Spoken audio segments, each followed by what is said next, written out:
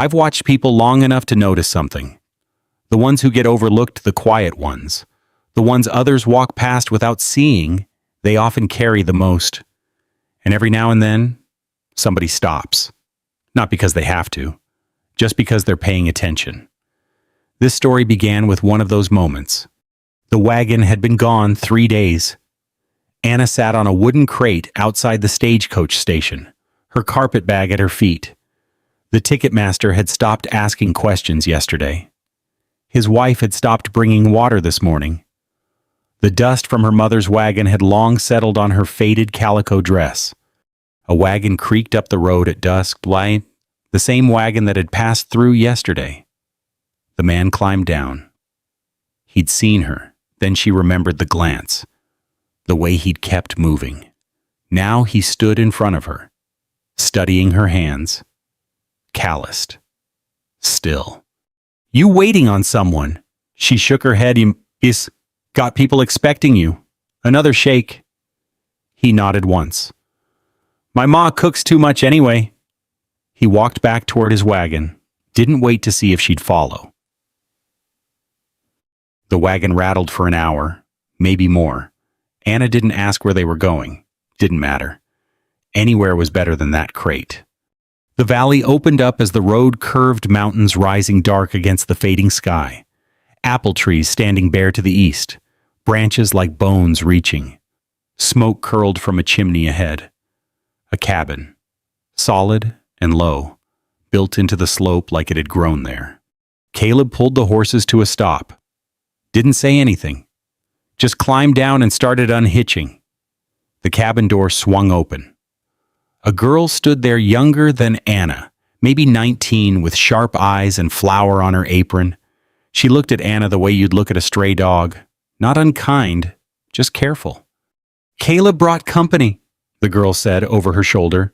A voice from inside. "Then set another plate." Anna climbed down from the wagon bed. Her legs had gone stiff. She grabbed her carpet bag and followed the girl through the door. Heat hit her first. A cast iron stove ticking in the corner, radiating warmth that seeped into her bones. Then the smell bred. Something with onions, coffee strong enough to cut through everything else. A woman stood at the stove, iron gray hair pulled back tight. Hands that had seen decades of work scrubbing, kneading, burying. She didn't turn around. "Wash up," she said. "Supper's on." Anna found the basin by the door. The water was cold. She scrubbed her hands, watching the dust swirl brown and sink. The table was already set. 6 chairs. Anna counted them. Counted again. The girl Lily. Caleb called her, sat in one. Caleb took another. The older woman settled into a third. 3 people. 6 chairs. Nobody mentioned the extras. Nobody moved them aside. Anna sat. The chair creaked under her weight. She waited for someone to say something. A comment.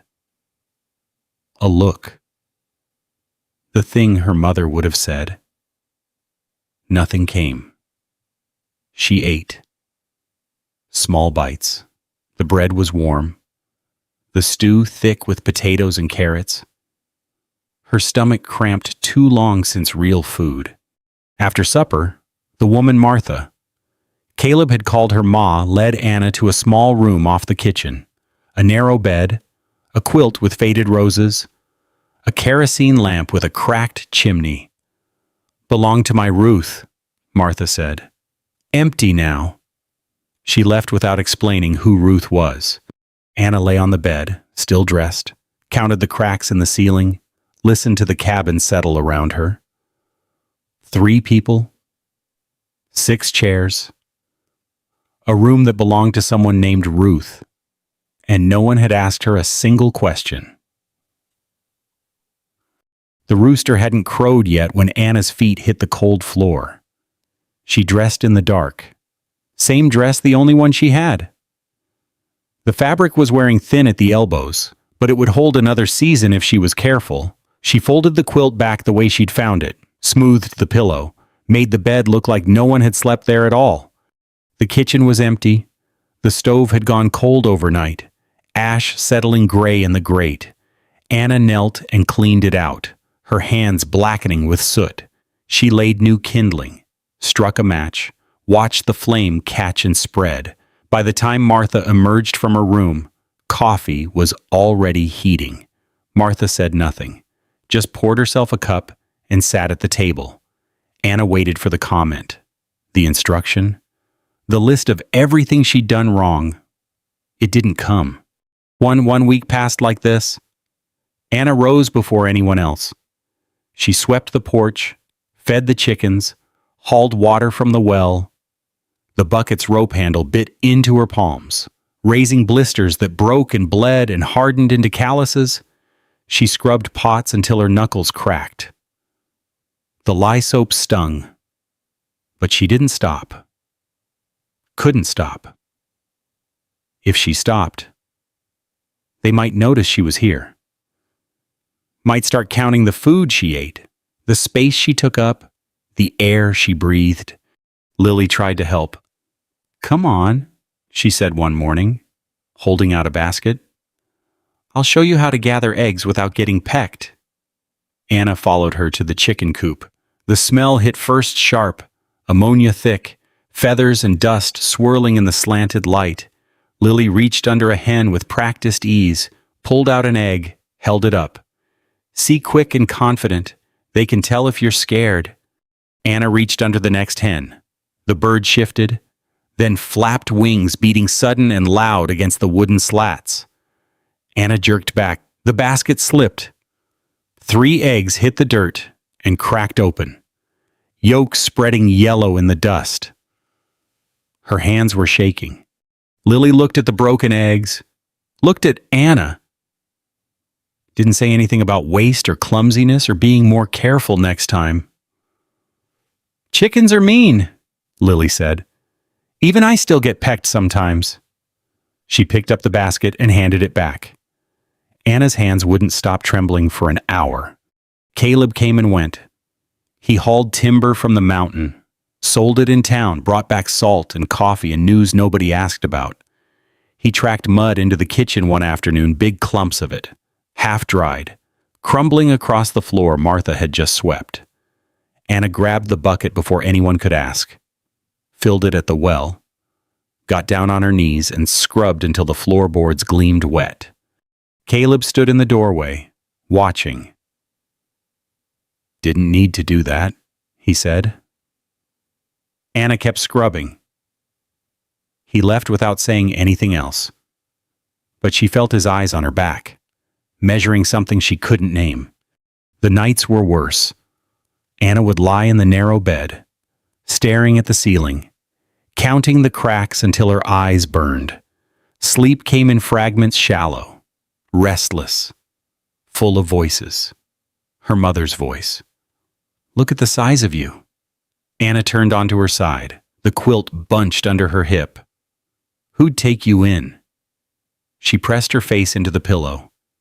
The fabric smelled like cedar and something floral, faded. Who'd want that burden? She woke with her hands moving.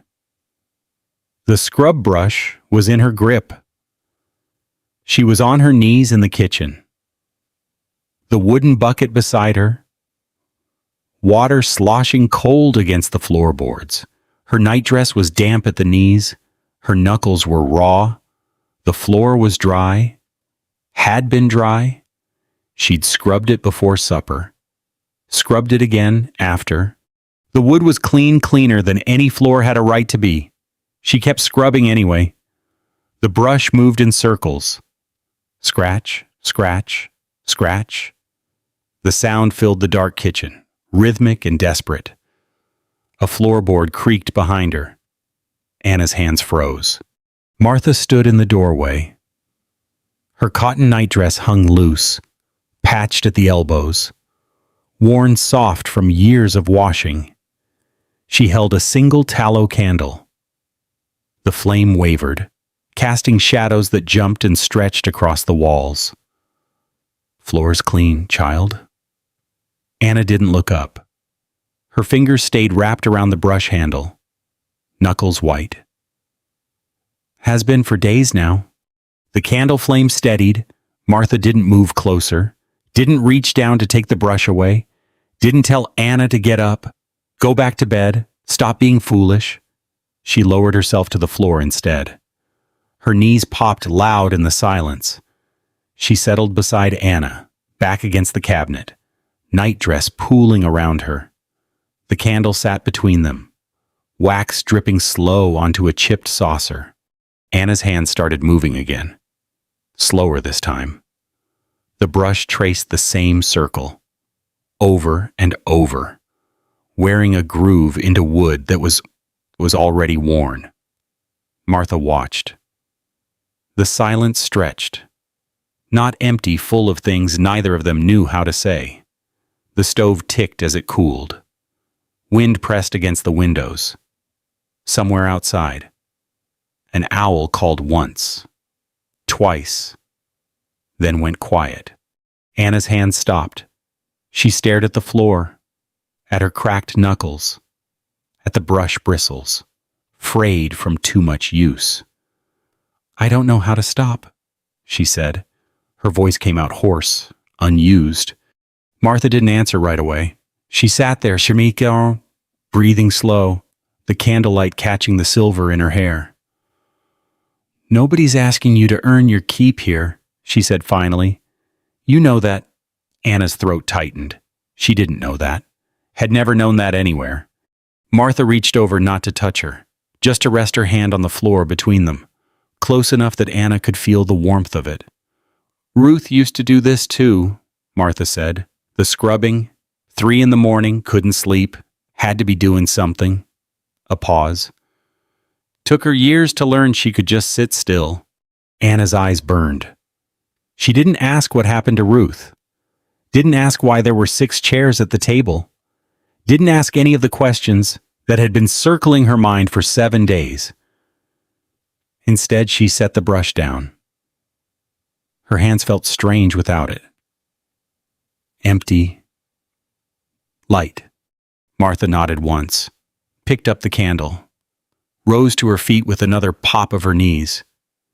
"Breakfast is in 4 hours, she said. "Might try sleeping till then." She walked back to her room.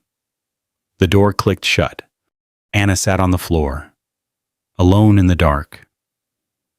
For the first time in years, she wanted something. She wanted to stay.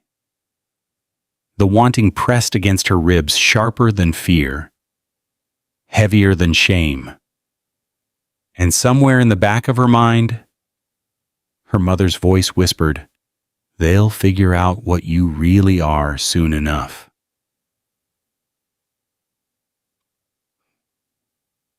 The leaves turned without anyone marking the day. One morning Anna woke and the apple trees were gold. The next week, rust and copper. Branches heavy with fruit nobody had picked yet. The air carried a different smell now, wood smoke and fallen leaves. Something earthy underneath. 1 month since the wagon. 1 month since the crate outside the stagecoach station. 1 month since Caleb's hand reaching down. Anna still flinched when doors slammed, still woke before dawn with her heart pounding, still counted the chairs at the table every single night, waiting for someone to say the words she knew were coming. But the words never came. Martha stood at the stove one morning, rubbing her hands together.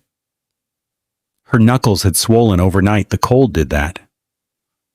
Lily had explained, made the joints ache, made the fingers stiff. Hands aren't what they were, Martha said. She wasn't looking at Anna, but the words were meant for her. Could use help with the bread. Anna set down the cup she'd been drying. The dishcloth was still damp in her grip.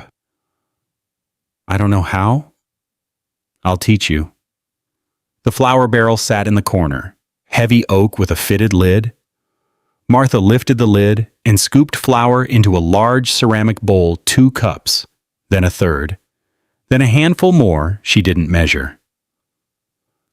"Sourdough starter's in the crock," Martha said, nodding toward the stove. "Bring it here." Anna retrieved the small clay pot. The starter inside smelled sour and yeasty, alive in a way she hadn't expected. She set it on the table. Martha added water from the kettle, warm, not hot, a pinch of salt from the box on the shelf, a spoonful of the starter, stringy and thick. "Now mix." Anna pushed her sleeves up past her elbows. Her hands were clean, she'd scrubbed them twice already. She plunged them into the bowl. The dough stuck to her fingers, clung to her palms.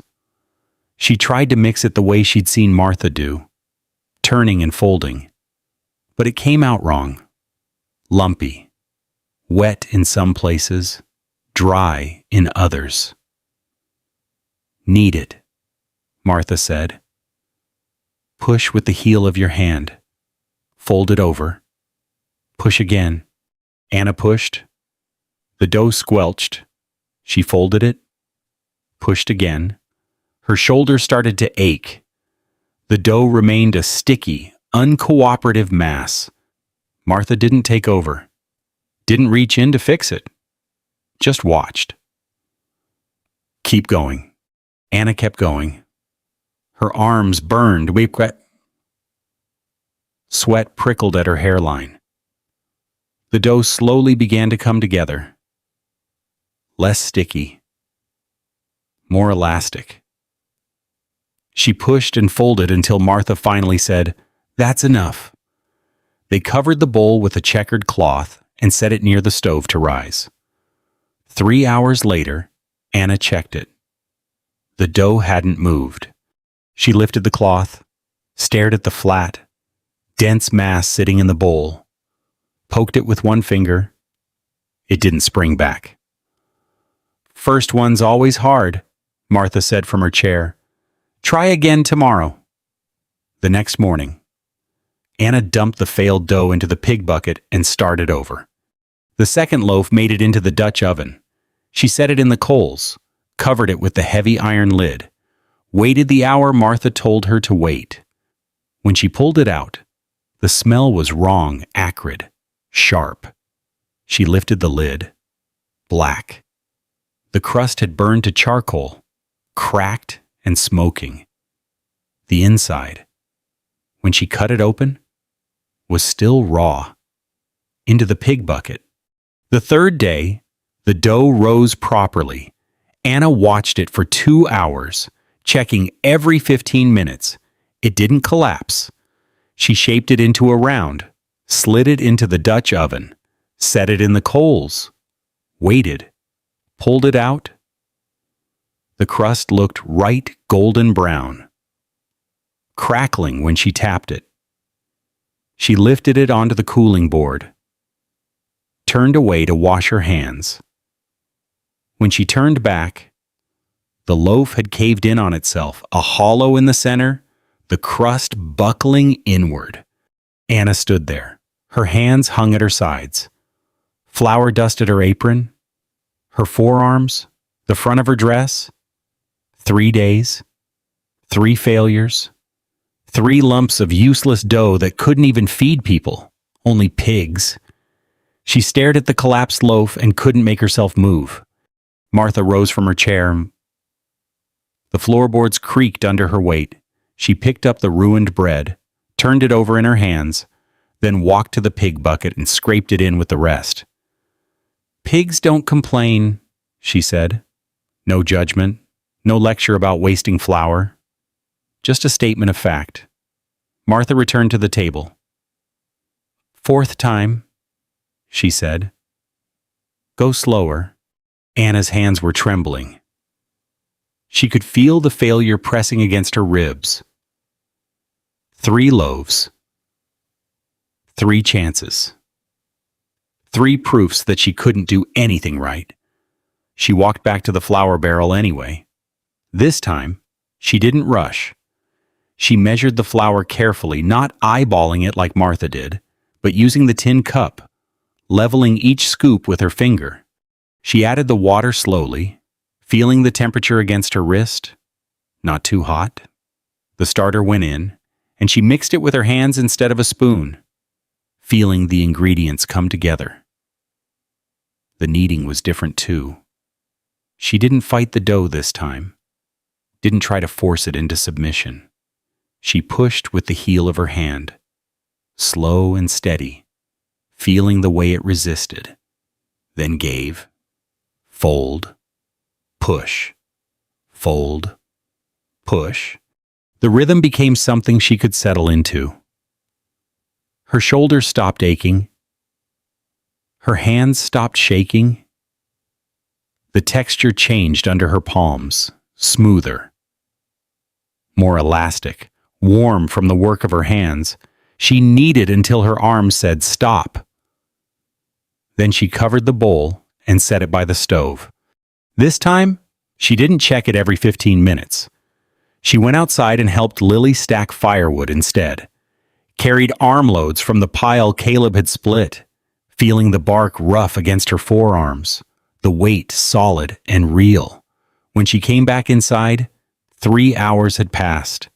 She lifted the cloth. The dough had doubled, pillowy and soft, filling the bowl, pushing against the checkered fabric. Anna pressed one finger into the surface. The indent sprang back slowly, leaving just a shadow. She shaped it with hands that knew what to do now, round and smooth, tucking the edges under, creating surface tension the way Martha had described. Into the Dutch oven, into the coals, lid on. She didn't watch this time either. She washed the bowls, swept the floor, helped Lily peel potatoes for supper. The hour passed. The lid came off, golden. The crust was golden brown, crackled and risen, steam curling up from the surface. Anna lifted it onto the board, held her breath, watched. It didn't collapse. She tapped the bottom hollow sound, just like Martha said it should be. The crust held firm. The shape stayed true. At supper, Anna set the bread on the table. Her hands were steady now. She'd washed the flour away, but she could still feel it, the ghost of the dough against her palms. Caleb cut the first slice. The knife went through clean, revealing an interior that was light and even. No dense patches, no raw spots. He buttered it, took a bite, said nothing. Cut a second slice? Il can't be Tama. Lily grinned across the table. This is the best bread we've had since she stopped. Looked at Martha. The kitchen went quiet. Anna's hands curled in her lap. Martha set down her fork. Her face didn't change, not sad, exactly, but something softer around the eyes. Since Ruth, she finished. My daughter. The name hung in the air. Anna didn't breathe, didn't move. The bread sat on the table between them, golden and warm, made from recipes that had belonged to a dead girl. Martha picked up her fork again, cut a piece of bread, ate it slowly, chewing, swallowing. She'd be glad, Martha said finally. Someone using her recipes. Anna's throat tightened. She wasn't replacing Ruth. The thought came unbidden, strange and new. She wasn't filling a hole. She was adding something, making something that hadn't existed before.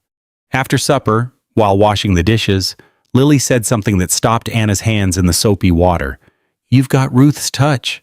You know, Ma sees it too. Anna's chest went tight. Ruth, the name that hung over the empty chair, the unused room, the faded quilt. What happened to her? Anna heard herself ask. Lily's face changed. Something closed behind her eyes. "Fever?" she said. "Same one that took Pa? 3 years ago now." She dried her hands on her apron and walked out without looking back. Anna stood at the basin, water cooling around her wrists. She was standing in the space Ruth had left behind, and she didn't know yet if that was allowed. The apple harvest started before Anna was ready for it. She woke one morning to find Lily already dressed, pulling on work gloves by the door, a stack of wicker baskets waiting on the porch. The sun hadn't cleared the ridge yet, but the air had that particular crispness that meant the fruit was ready. "Coming?" Lily asked. Anna was already reaching for her boots. The orchard stood east of the cabin, 40 trees, maybe 50, planted in crooked rows by someone who'd cared more about the soil than straight lines. The leaves had gone full gold now, catching the early light, rustling in the breeze that came down from the mountains. Lily handed Anna a basket and pointed to the nearest tree. "Start low. Work your way up. Don't drop the bruised ones in, with the good Ma uses those for butter." Anna reached for the first apple, red streaked with gold, cool and firm in her palm. She twisted it the way Lily showed her, and it came free with a soft snap into the basket. Then another. Then another. Her shoulders started to ache within the first hour. The basket grew heavy, pulling at her arms, and she had to walk it back to the cabin porch before starting again. Her hands cramped. The rough bark scraped her forearms when she reached too high. Sweat dampened her collar despite the cool air. It was a good ache, different from the scrubbing, the desperate need to prove herself useful. This was just work, honest and straightforward, with a clear beginning and end. Lily talked while they picked. Not constantly, she'd go quiet for stretches, focused on her own tree, humming something tuneless under her breath. But then she'd start up again, words spilling out like she'd been holding them. "Ruth used to hate harvest," she said from somewhere up in the branches. "Said her arms got too tired, complained the whole time. But she'd sneak apples when Ma wasn't looking." Anna moved to the next tree, listened. "Pa planted these, before Caleb was born. Even said he wanted something that would outlast him." Lily's voice caught for a moment, then steadied. "Guess he got his wish." Anna pulled an apple free, set it in the basket. "What was he like?" The question came out before she could stop it. She hadn't meant to ask, hadn't meant to pry into things that weren't her business. But Lily didn't seem to mind. "Quiet," she said. "Like Caleb. Built things with his hands. Didn't talk much. But when he did, you listened." A branch rustled as she shifted her weight. Never raised his voice. Not once. Even when Ruth broke his good saw trying to cut firewood, he just showed her how to do it right, and that was that. Anna tried to imagine a father like that. Couldn't. The morning stretched on. The baskets filled and emptied, and filled again. By noon, Anna's shoulders burned and her hands were sticky with juice, and her dress was stained with bark and leaves. But the pile of apples on the porch had grown tall reds and golds and greens, enough to last through winter. They sat on the porch steps to eat bread and cheese. Lily stretched her legs out, tilted her face toward the sun. "What about your pa?" she asked. Anna chewed, swallowed. The bread turned thick in her throat. "Never met him? Ma said he left before I was born. Might be dead for all I know." Lily nodded. Didn't push. The silence sat between them. But it wasn't uncomfortable. Anna took another bite of bread, watched a hawk circle over the valley, slow and patient. "What did your ma say about you?" Lily asked. "You said she left you at that station, but what did she say?" Anna's hands went still in her lap. The words were there, sitting in her chest like stones, sharp-edged and heavy. She'd never said them out loud before, never had anyone to say them to. That I took up too much room, she said. Too much food, too much space, too much trouble. She kept her eyes on the hawk, easier than looking at Lily. Said nobody'd want me around, that I was a burden she'd been carrying too long. Lily was quiet for a moment. Then she snorted a sharp, dismissive sound. Sounds like she was the small one. She reached up into the nearest tree, twisted an apple free, and tossed it down. Anna caught it without thinking. The fruit was warm from the sun, red and perfect. She didn't know what to say, Giselle, so she bit into the apple instead. The juice ran down her chin, sweet and tart at once. Lily grinned and went back to work. That afternoon, Caleb needed help with the barn. Anna found him on a ladder, hammer in hand, prying loose boards from the roof. The wood was weathered and gray, warped from years of rain and sun. Hand me that bucket of nails, he said. Anna climbed up after him, the ladder creaking under their combined weight. The roof sloped steep. She had to brace her feet against the shingles to keep from sliding. Caleb worked without speaking.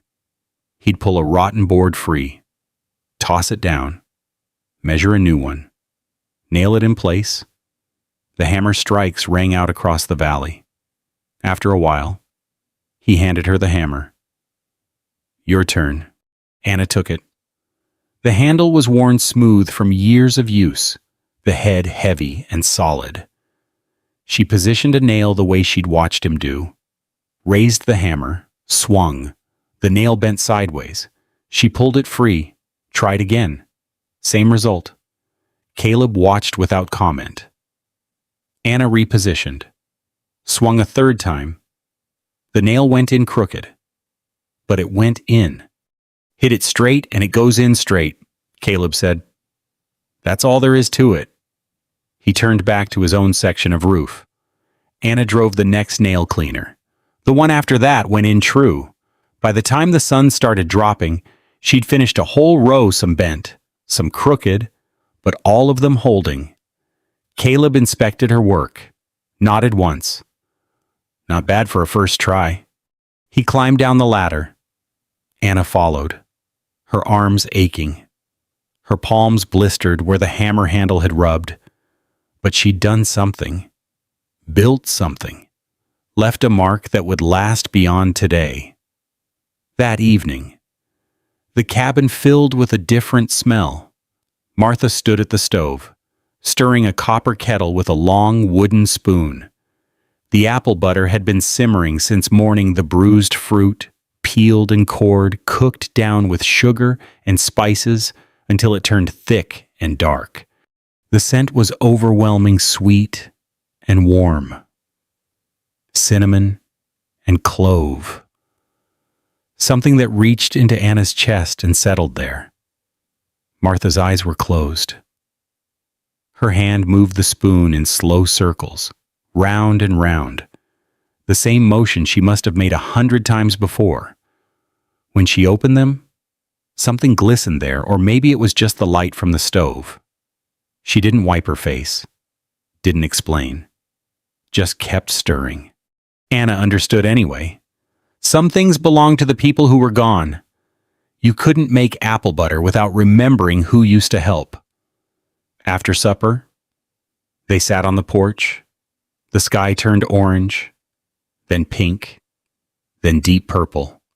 The first stars appeared over the ridge. The air had gone cold enough that Anna could see her breath, but nobody moved to go inside. Martha had her hymnal in her lap, old and water-stained. The binding cracked, the pages soft from years of turning. She didn't open it. Didn't need to. She started humming. Anna recognized the tune immediately. Amazing Grace.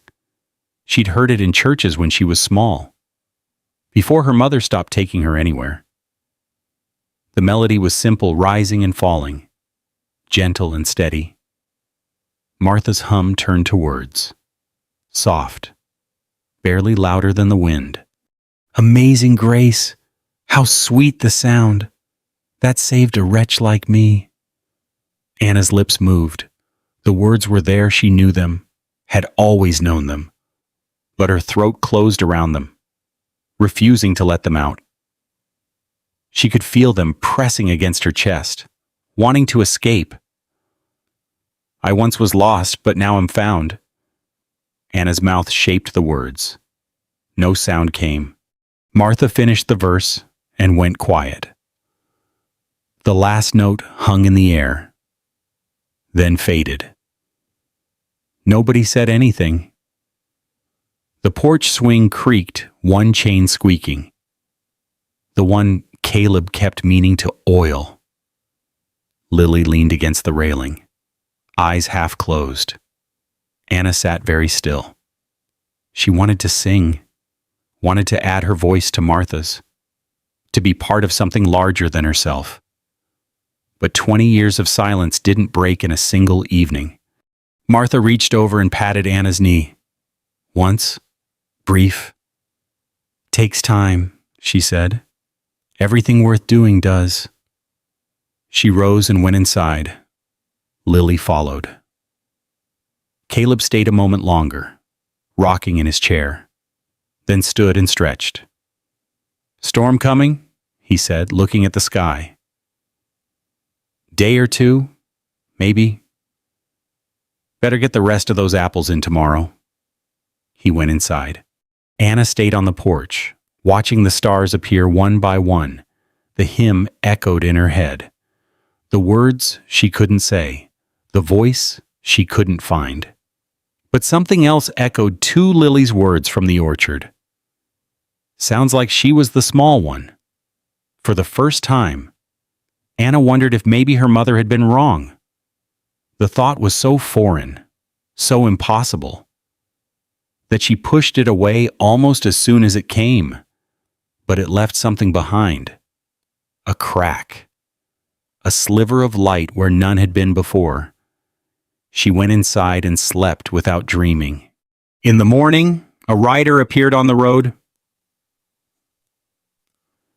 Anna saw him before anyone else did. She was in the barn, forking hay down from the loft, when the sound of hooves reached her. Not Caleb's horse, she knew that rhythm by now. The steady plod of the draft mare coming home from town. This was different, quicker. A single rider moving with purpose. She set down the pitchfork and moved to the gap between the loft boards. The rider came up the road at a trot. A man, city clothes, wool overcoat too heavy for the weather, derby hat sitting straight on his head, boots that had never seen mud until today. He rode like someone who'd learned from a book, stiff-backed and awkward in the saddle. Anna's hands went cold. She pressed her eye to the gap in the boards. Hay dust floated in the slanted light, tickling her nose, but she didn't move, didn't breathe. The stranger reined up at the gate. Caleb was in the yard, splitting wood he'd been at it all morning.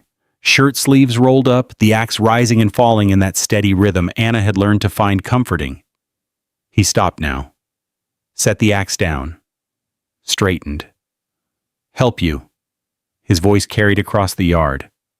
Flat, careful. The stranger dismounted. His boots squelched in the mud, expensive leather. Ruined. He pulled something from his coat pocket. A photograph. Maybe. Or a piece of paper. Looking for a young woman, he said. Name of Anna Morrow, about 20 years old. Dark hair.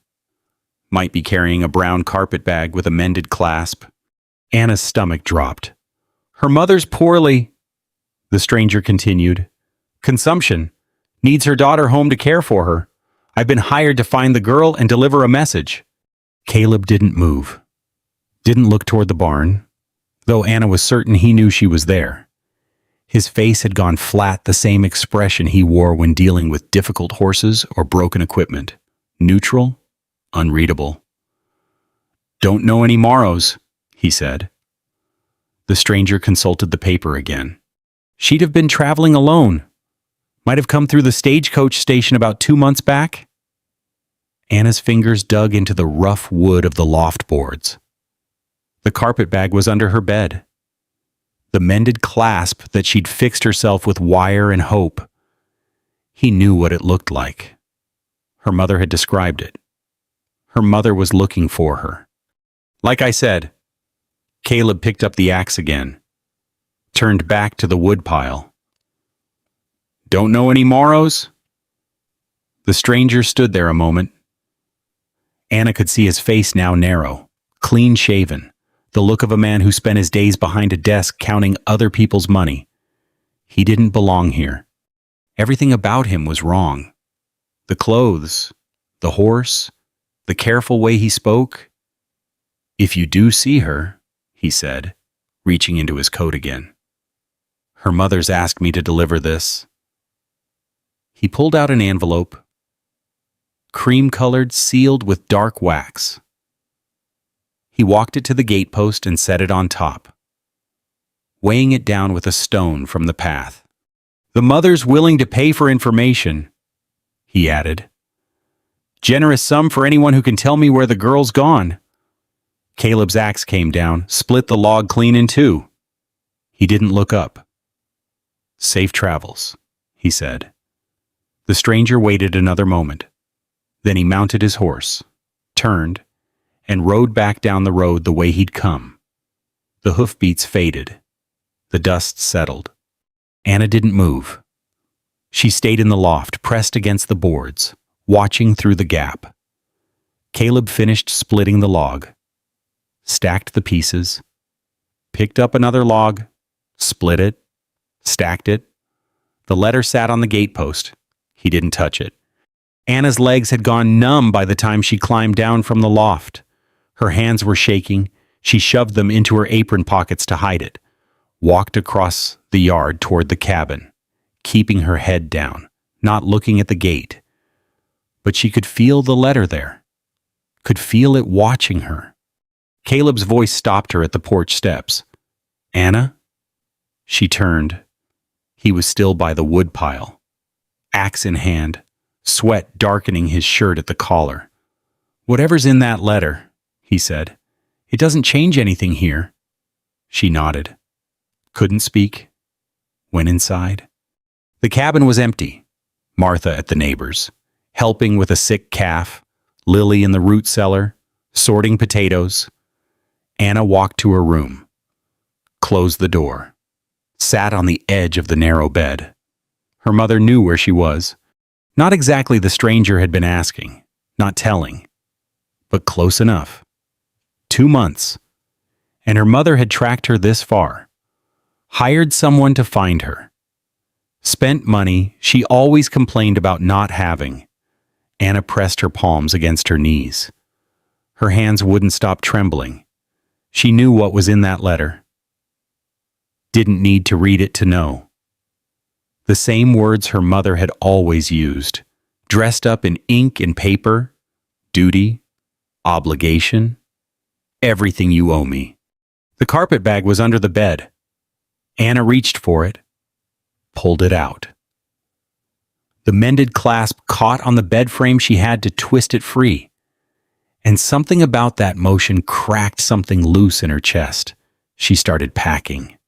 The Bible went in first, missing its cover, pages soft from years of turning. Then the tintype her father's face, or the face of the man she'd been told was her father. Stern eyes, unsmiling mouth, a stranger she'd invented stories about as a child. Her second dress went in next, the one Martha had given her from Ruth's things, a little too short, a little too tight, but better than anything Anna had ever owned. She stopped. The dress smelled like the cabin, cedar and wood smoke and bread. Anna sat back on her heels. The carpetbag gaped open in front of her, half full, waiting. She could leave tonight. Wait until everyone was asleep, slip out through the kitchen door, walk until she reached the main road, find a wagon heading somewhere, anywhere, and disappear. She'd done it before, could do it again. The cabin creaked around her. The stove ticked in the kitchen. Somewhere outside. A crow called once and went silent. She thought about Martha humming in the evening, Lily's laugh when the chickens pecked at her boots, Caleb's quiet nods across the supper table, the bread she'd learned to make, rising golden in the Dutch oven. The wanting pressed against her ribs. She wanted to stay.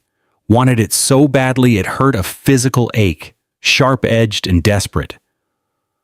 But wanting had never gotten her anything. Wanting just meant losing something you'd let yourself hope for. Better to leave first.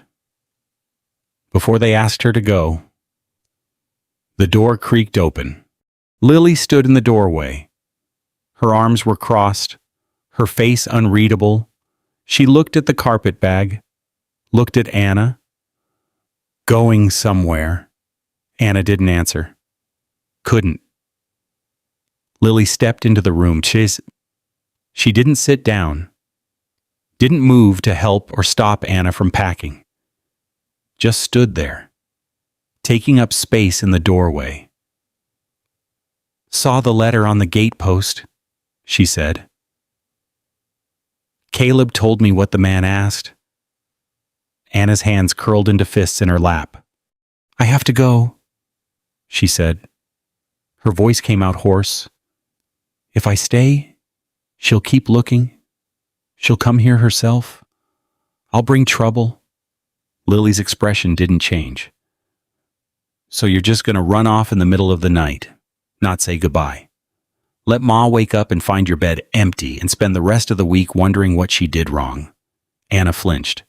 That's exactly what'll happen. Lily's voice was flat. Not angry, just certain. She'll blame herself. She always does. Lost Pa, lost Ruth. And now she'll think she lost you too.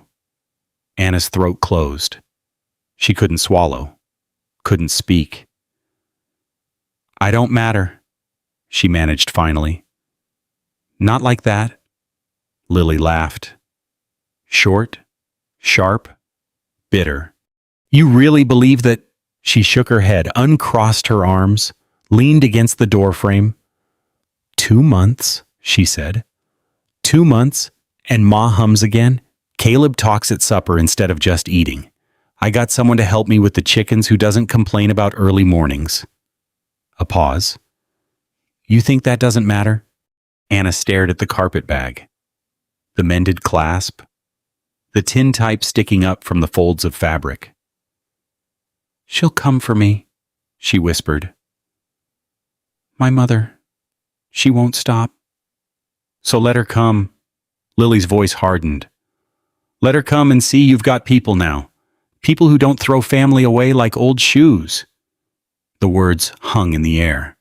Anna's hands unclenched. Slowly, Tausa. One finger at a time. I don't know how to stay, she said.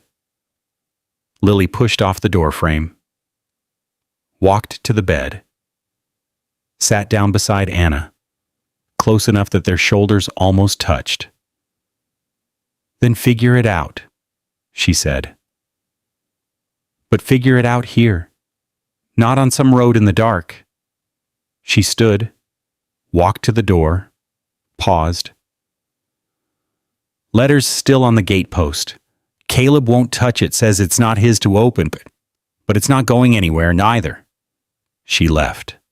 Anna sat in the empty room, the carpet bag open at her feet, her hands still trembling.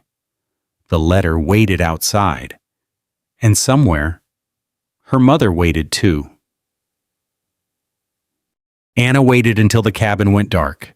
She lay in her narrow bed, listening to the sounds of the house settling, Martha's door clicking shut, Lily's footsteps fading, the creak of Caleb's chair on the porch as he took his final smoke of the night. The fire in the stove died down to embers. The walls ticked and groaned. When everything went quiet, she got up. The letter was still on the gatepost. She'd seen it there all day through supper, through the awkward silence, through the careful way everyone avoided looking at her. It had sat there like a threat, cream-colored and patient. She walked out through the kitchen door. The night was cold, moonless, the stars hidden behind a thick layer of cloud. She couldn't see the gatepost until she was almost on top of it, and then her hand found the envelope by touch. The wax seal was still intact, cold under her fingers. She broke it. The paper inside was thin, expensive, the kind her mother used for formal correspondence. Anna tilted it toward the faint light from the cabin window, squinting to make out the spidery handwriting. Anna, I am unwell. The doctor says consumption. There is no one else to care for me. You know this. You were always sturdy. At least, good for something. The fare is paid at the station in town. Do not make me send someone to collect you. Your mother. Anna read it twice. 3 times. Looking for something that wasn't there. No apology. No explanation. No acknowledgement of the day she'd driven Anna to town and left her on a crate outside the stagecoach station. No mention of the years of insults. The constant reminders of how much space Anna took up, how much food she ate, how much trouble she caused. Just demand. Just you owe me. Anna's hands were shaking. The paper crumpled in her grip before she realized what she was doing. She smoothed it out again, stared at the words until they blurred. You were always sturdy. The only praise her mother had ever given her. The only value she'd ever been assigned. A body strong enough to work, to haul, to care for someone who had never cared for her. She folded the letter and shoved it in her apron pocket. The night pressed in around her. The mountains were black shapes against a blacker sky, looming, indifferent. The road stretched away into darkness, pale ribbon of packed dirt disappearing into nothing. She started walking. Not toward the road, toward the property line, where the orchard ended and the wild land began. The ground sloped downward, rough with roots and rocks, treacherous in the dark. Anna didn't slow down. Her feet found the path by memory. The same path she'd walked with Lily to check the fence line last week. The fallen log was at the edge of the property. She'd sat there before, watching the valley spread out below, the mountains rising beyond. Now she couldn't see any of it, just darkness, thick and absolute. She didn't sit down. She kept walking. The slope continued downward beyond the log, steeper now, thick with undergrowth. Anna pushed through it, branches scratching at her arms, catching in her hair. She wasn't thinking anymore, just moving, just putting distance between herself and that letter, that cabin, that life she'd almost let herself believe could be hers. Her foot caught on a root. She went down hard. Her hands shot out to break the fall. But the slope was too steep, the ground too slick with rotted leaves. She slid, rolled, tumbled, bark and stones tearing at her dress, her arms, her face. Something sharp sliced across her palm. She hit the bottom, the creek bed.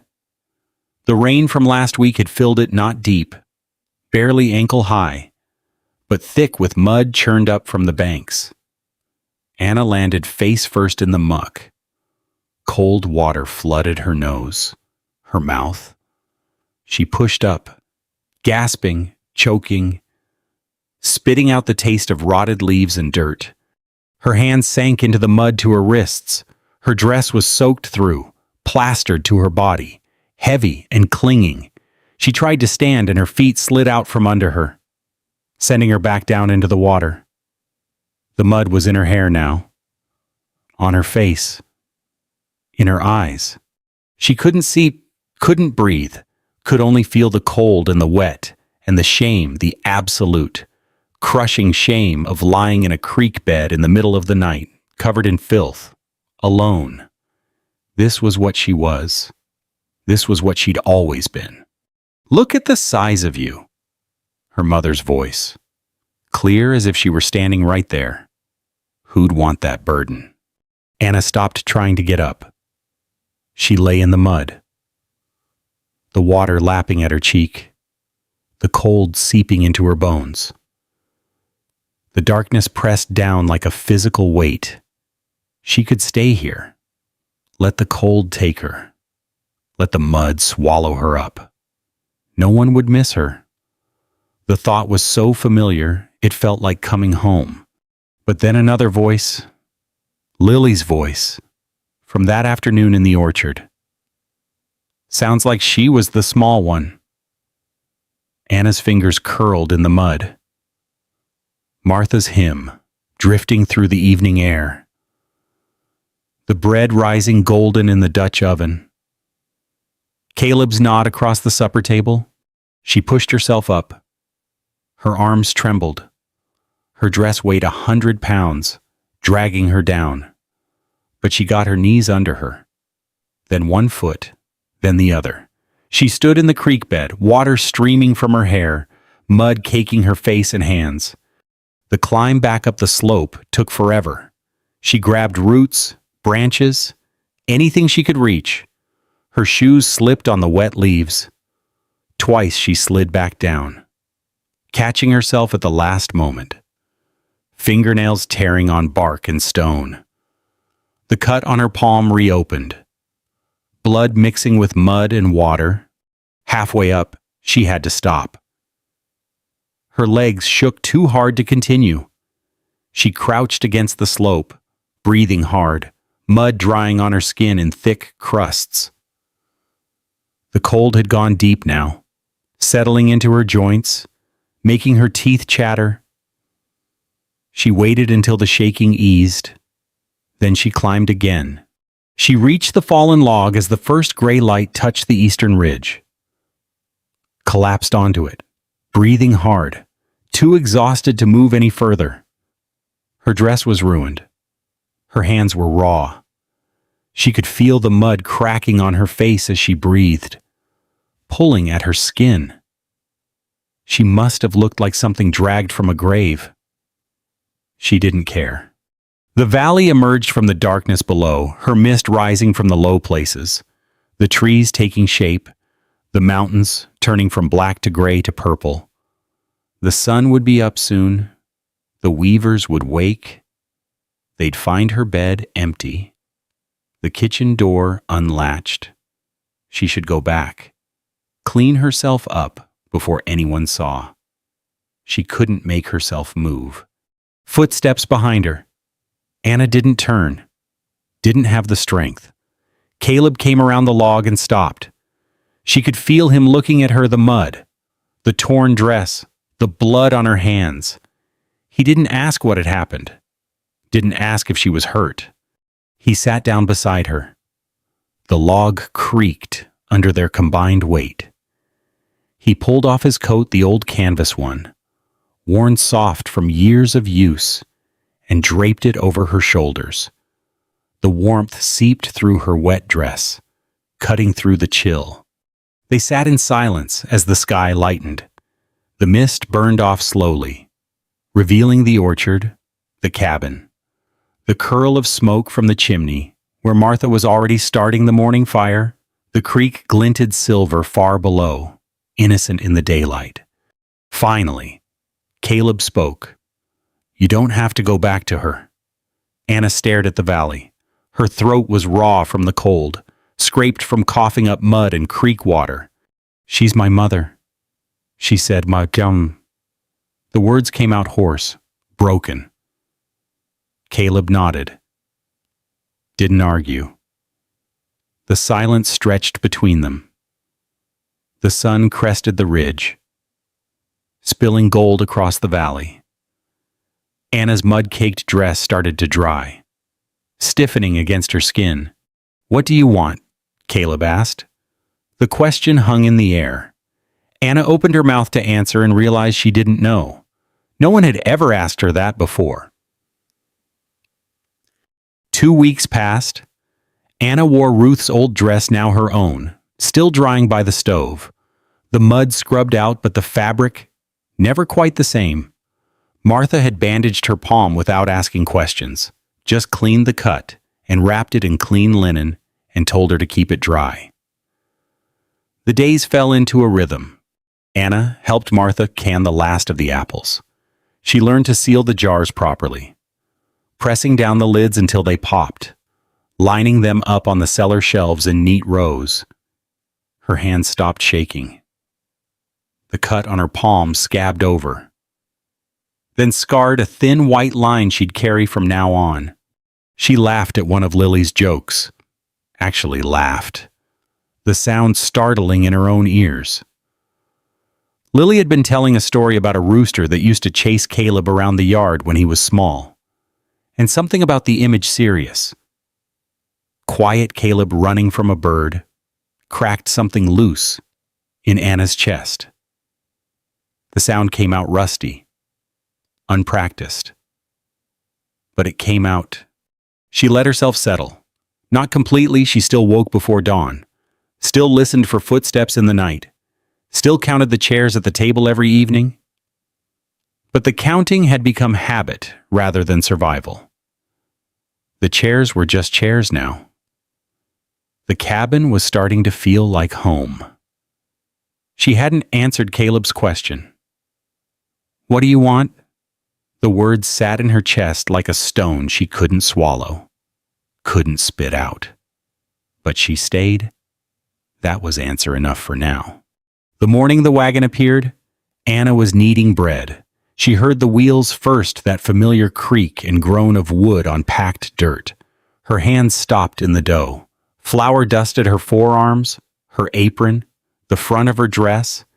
She stood at the kitchen table, frozen, listening. One horse, hired rig, moving slow, like someone looking for a specific place. Anna wiped her hands on her apron, walked to the window, looked out. The wagon was still coming up the road. She couldn't see the driver yet, just the shape of the rig, the single horse plodding along. But she knew, her body knew before her mind caught up, her stomach dropping, her throat closing, her hands starting to tremble. She walked to the porch. The wagon rounded the final bend. The driver came into view first, a young man she didn't recognize. Hired from town, probably. And beside him, sitting straight-backed on the wooden seat, clutching a shawl around her shoulders, her mother. Anna's feet stopped moving. She stood on the porch steps, one hand on the railing, watching the wagon approach. Her mother looked different than she remembered. Thinner. The consumption had hollowed out her cheeks, sharpened her jaw, given her skin a yellowish tinge that showed even from this distance. Her hands, gripping the seat rail, trembled with a constant fine tremor. But her eyes were the same, sharp, calculating. Already scanning the property, the cabin, the woman standing on the porch, looking for weak spots. The wagon stopped at the gate. Her mother didn't wait for the driver to help her down. She climbed off the seat herself, gripping the wagon's side, her movements stiff and careful. She had to pause halfway down, catching her breath, one hand pressed to her chest. The driver reached to help her, but she waved him off with a sharp gesture. She straightened, adjusted her shawl, looked at Anna. "There you are," she said. Her voice was thinner than Anna remembered, roughened by the illness, but the tone was exactly the same. "Get your things. We're going." The words hit Anna like a slap. The same command her mother had always used, not asking, not requesting, expecting obedience. Anna didn't move. The kitchen door opened behind her. Martha stepped out onto the porch, wiping her hands on her apron. Lily appeared a moment later, standing at her mother's shoulder. Caleb came around the corner of the cabin, having heard the wagon from where he'd been mending fence. They didn't speak, didn't move to intervene, just stood there, A wall of presents at Anna's back. Her mother's eyes flicked to them, then back to Anna. Her lip curled. "These people," she said. "This is where you've been hiding with strangers." Anna's hands were shaking. She pressed them against her apron, feeling the rough fabric, the familiar weight of flour still clinging to her palms. "They're not strangers," she said. Her voice came out quiet, steadier than she expected. Her mother made a dismissive sound. She walked forward, one hand on the gate, not opening it yet, just standing there, close enough now that Anna could see the broken veins on her cheeks, the way her breath came short and labored from just that small effort. "I'm dying, Anna." Her mother's voice cracked. The same crack she used when she wanted sympathy, when she wanted someone to feel sorry for her. "The doctor says months, maybe less. I need someone to care for me. I need my daughter." Anna didn't respond. "After everything I did for you," her mother continued. The tears came now thin, sliding down her hollow cheeks. Her hands shook as she gripped the gate, though whether from illness or performance, Anna couldn't tell. "I raised you, fed you, clothed you, and this is how you repay me, hiding with strangers while your mother lies dying." The words were familiar. Anna had heard them 1,000 times before, in 1,000 different forms. The guilt, the obligation, the constant reminder of debts she'd never asked to owe. She stepped off the porch.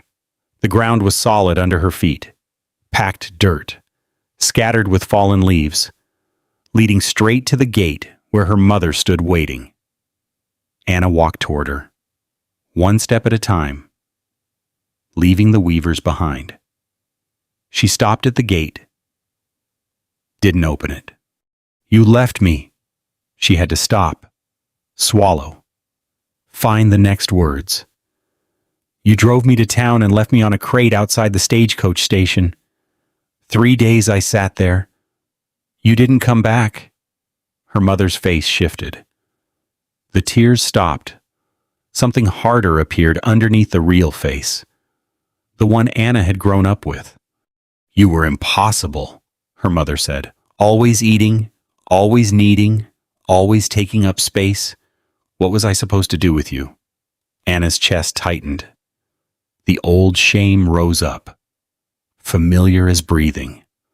For a moment, she was a child again, small and helpless, desperate for approval that never came. But she wasn't a child anymore. "I'm not coming back," she said. Her mother's eyes narrowed. "You ungrateful! I'm not coming back." Anna's voice didn't waver this time. "You can hire someone. You've got money. Pa's money. The inheritance you always talked about. Use it. Pay someone to care for you. No one will. Someone will. For enough money. Someone always will." Anna paused. Had to breathe. Had to find the words that had been locked inside her for 20 years. "But it won't be me." Her mother's hand shot out, grabbing Anna's wrist through the gate. Her fingers were thin, bony, but the grip was desperate, fueled by something beyond physical strength. "You owe me," she hissed. 20 years I gave you. 20 years of my life, wasted on you. You owe me, Anna." Anna looked at the hand on her wrist, the yellowed skin, the sharp knuckles, the grip that had controlled her for so long. She pulled free. "I don't owe you anything." She paused, steadied herself. "Not anymore." The words hung in the air. Anna could feel them settling, taking root, becoming true in a way they hadn't been before.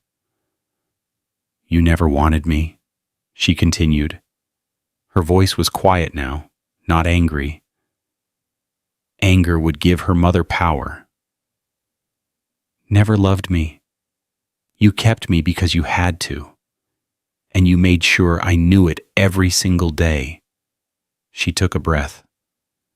"I spent 20 years trying to be small enough, quiet enough, useful enough. It was never enough. It was never going to be. Her mother's face twisted.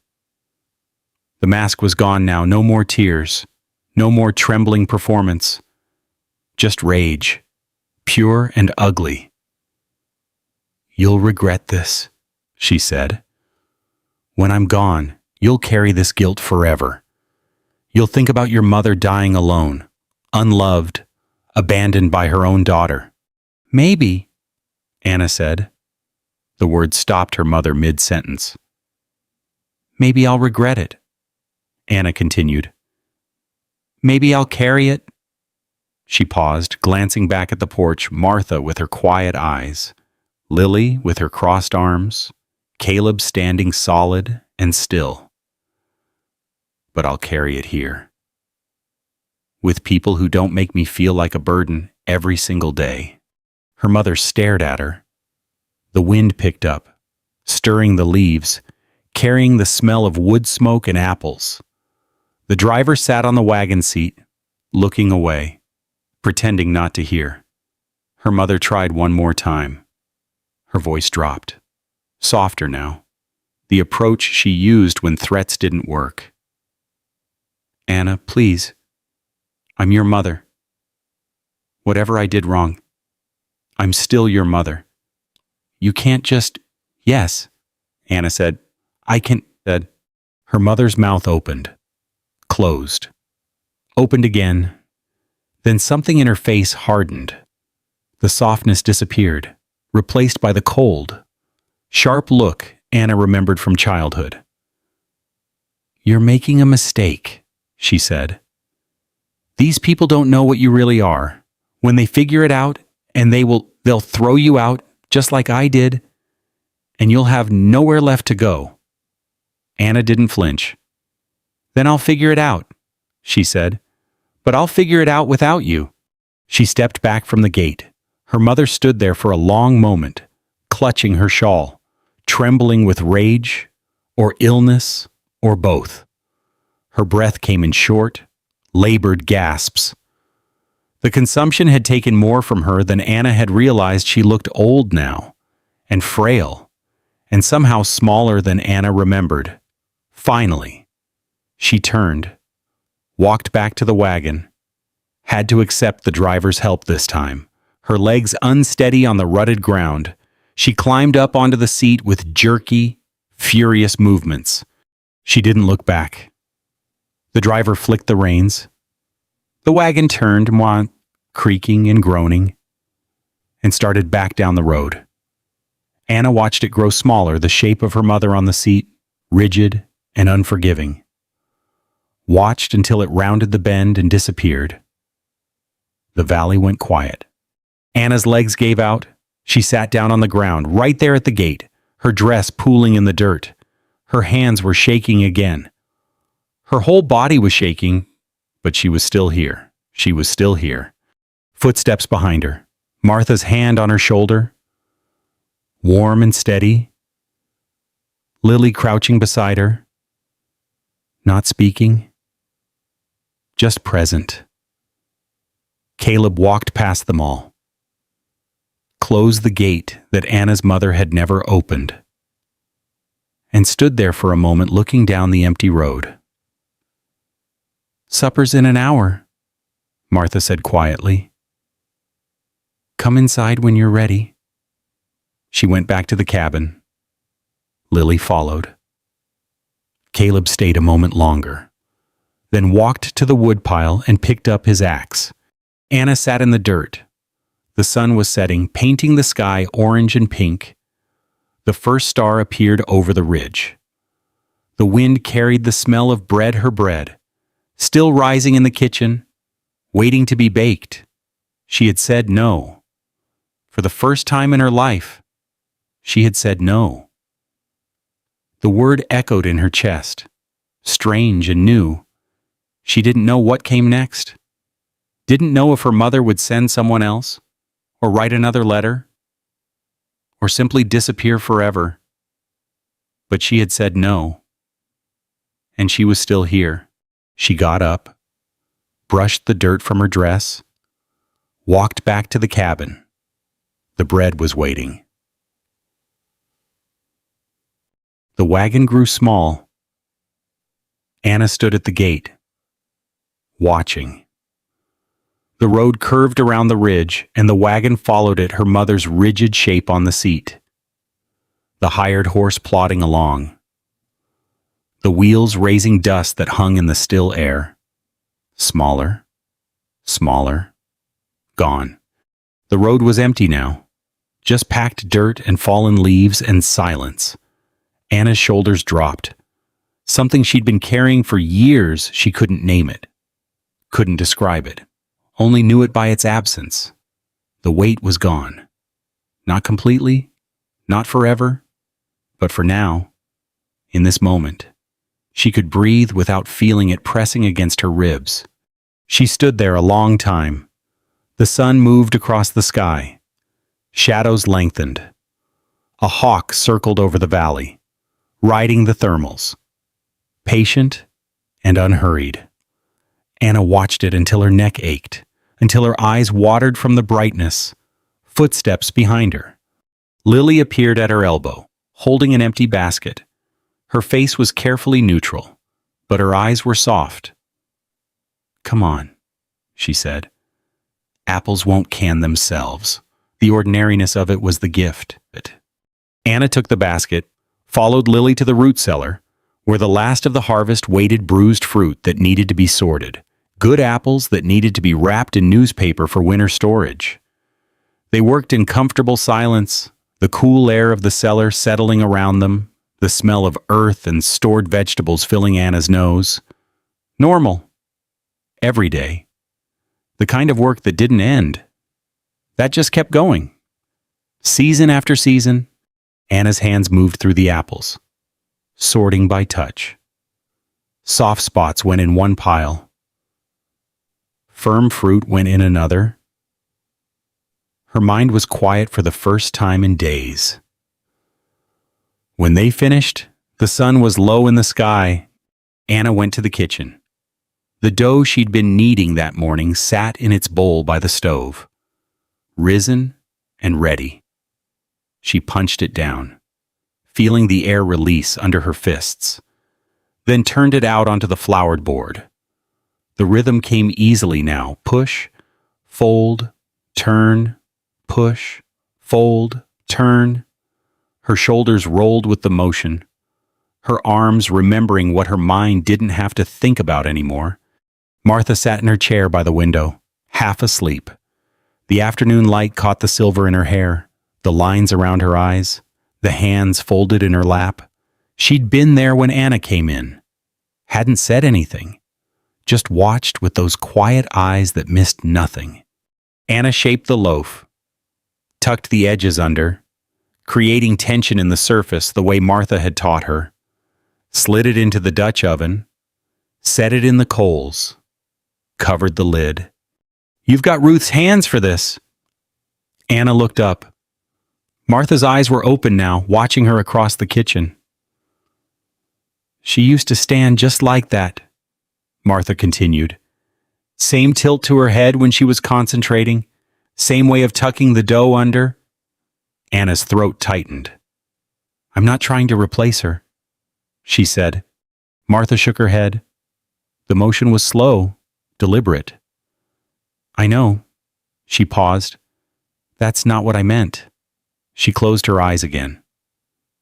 The kitchen went quiet, except for the tick of the stove, the crackle of coals, the distant sound of Caleb splitting wood outside. Anna watched the fire, waited. When she pulled the bread from the oven, the crust was golden. Perfect. She set it on the cooling board and stepped back, wiping her hands on her apron. Flour dusted her forearms, her dress, the floor beneath her feet. The smell filled the kitchen, warm and yeasty, rich with the memory of every loaf she'd made before, every failure and every success. This was hers now, this kitchen, this bread, this life. She'd chosen it. Supper came together the way it always did. Lily set the table 4 plates, 4 forks, 4 cups. Anna sliced the bread. Martha ladled stew from the pot on the stove. The same stew she'd been making for 40 years. The same recipe her mother had taught her. Caleb came in from the yard, boots muddy, shirt damp with sweat. He washed his hands in the basin by the door, dried them on the towel, sat down in his usual chair. 4 people, 6 chairs. Anna looked at the empty seats, 2 of them, side by side. The wood worn smooth from years of use. She'd counted them every night since she arrived, waiting for someone to explain, waiting for someone to tell her she didn't belong. No one ever had. She understood now. The chairs weren't waiting to be filled. They weren't reminders of loss or accusations of absence. They were just chairs. Some for people who were here, some for people who might come, some for people who wouldn't come back but deserved to be remembered anyway. The math didn't have to work. Caleb bowed his head. Anna followed me, folding her hands in her lap the way Martha did, closing her eyes. Lord, Caleb said, thank you for this food. Thank you for this family. Thank you for bringing us through another day. He paused in. Anna waited for the amen. It didn't come. And thank you, Caleb continued, his voice quieter now, for bringing Anna to us. Anna's eyes opened.